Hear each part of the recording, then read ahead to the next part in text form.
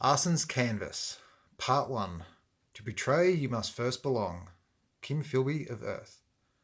Chapter 1. Choir, Day 1927. My name is Choir, and I may cause your death. That's quite an introduction for someone with a name sounding like the hierarchy of angels. I personally have nothing against you. It's just my situation is leading me into tough decisions. These decisions may save billions of lives while destroying a billion others. They may fuel an epic war, greater than any that came before, with the winners determining the future of all life in this galaxy and in countless more. I don't want to make these decisions.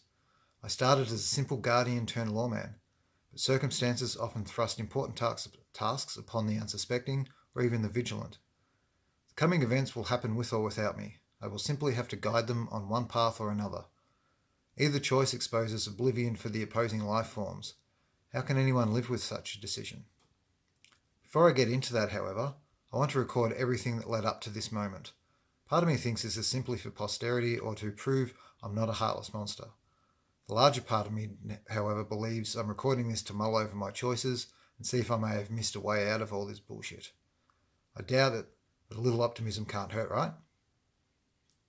While my life has spanned several centuries already, the key event that started me on this journey occurred a little over 5 cycles ago. That's years for those of you in the AFS, mainly Earth. I was just a regular inquisitor for the Trust, the law enforcement office on my comparatively primitive homeworld of Valise. The law works a little differently on Valise than in other systems I've come to know. When a serious crime is committed and the Trust is called in, they send an observer. These hacks use their mystical abilities to watch the crime unfold based on the residual echoes left behind. Normally that is the end of their duties. The observers see the perpetrator, record their findings for the courts, and task a seeker to hunt them down for an arrest. An inquisitor is only called for when the observers fail to identify the culprit. This usually happens when enormous elemental energies are involved, or when the criminal is fiendishly clever. Inquisitors use their skills to study the crime scene and deduce leads to follow. We work with the seekers once someone of interest is known. At least they have some talents beyond watching a replay. Most of the time, inquisitors come face to snout with the criminals and must restrain them. As such, we are trained not only in physical combat, but in the impetus, a collection of utterances that can compel others into revealing the truth. Its mastery comes from an arduous path few have the stamina or stubbornness to traverse, thus making inquisitors a rare and valuable breed. Considering how pliable it makes our targets, use of the impetus outside our duties is strictly enforced by the seneschal, among the other duties. The seneschal as a whole ensure inquisitors, seekers and observers maintain adherence to the law and loyalty to the Trust. They are conniving, ruthless, obsessed with the word of law and dogmatically loyal to the Trust. In short, seneschal is a pain in the ass for those doing the right thing or anathema for those that aren't. My tale of woe began in an old frontier town, built as a direct result of a rush for mining precious ore. The mine had dried up, but the town prospered thanks to shady dealings. I spent the evening visiting an old friend in his saloon, well in his private chamber beneath the establishment anyway.